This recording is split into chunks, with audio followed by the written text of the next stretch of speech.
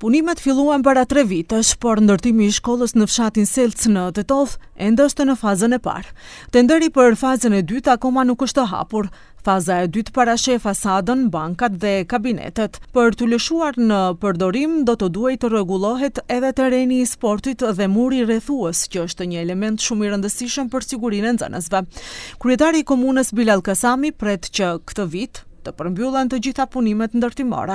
Edhe aty, sipas informatave që kemi nga operatori që realizon punimet, punët shkojnë në bazë të dinamikës parapar.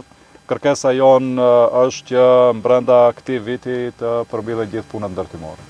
Drejtori I shkollës Muamer Hasani thotë se shkolla e re do të ndihmonte shumë procesin arsimor, edhe pse ata nuk kanë qasje në tenderimin e shkollës, në bazë të dinamikës që shohin nuk presin që vitin e ardhshëm ta fillojë në objektin e ri.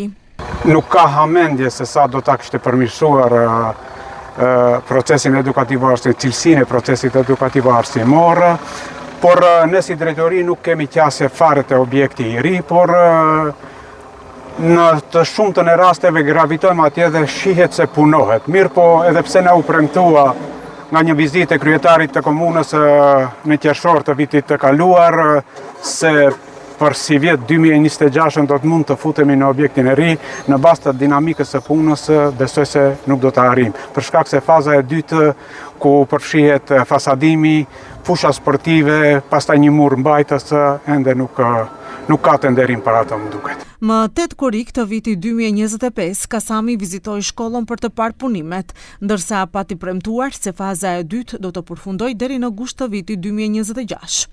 Me financim të Ministrisë Arsimit ashtu si ka nisur, por nëse do të ketë çfarë do lloji do kisha thënë hezitimi apo do shohim nëse do ketë ndonjë pengesë eventuale, që nuk besoj, por sido që të jetë ne jemi të gatshëm si komunë që për vitin 2026 të ndajmë jetë edhe nga mjetet që po ashtu sigurohen nga qeveria për financim të projekteve të komunave që të përmbyllet ky projekt. Nxënësit e kësaj shkolle mësojnë në një shkollë të ndërtuar në vitet e 60-ta.